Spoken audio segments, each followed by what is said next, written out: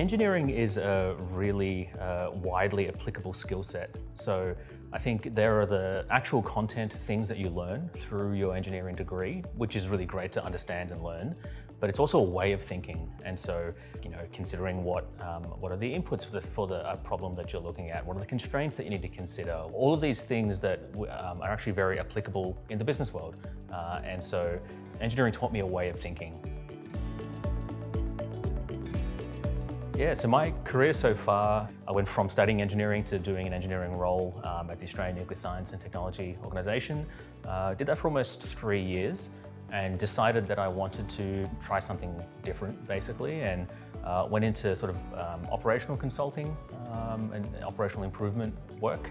And from there, kind of grew that into more strategy consulting work. Sort of, if you like, went from managing and sort of controlling the process, or sort of 3 processes, 2-3 processes, to looking at end-to-end organizational business operations sort of processes, and then growing that again to org-wide sort of strategy processes, and how do you have a broader impact that way over a longer term time horizon. So there's a sort of common thread there, if you like, of that same engineering skill set helping, but it was really a case of having lots of options by doing engineering and finance, and you can kind of choose your own adventure based on the sort of options that present themselves every year during your career.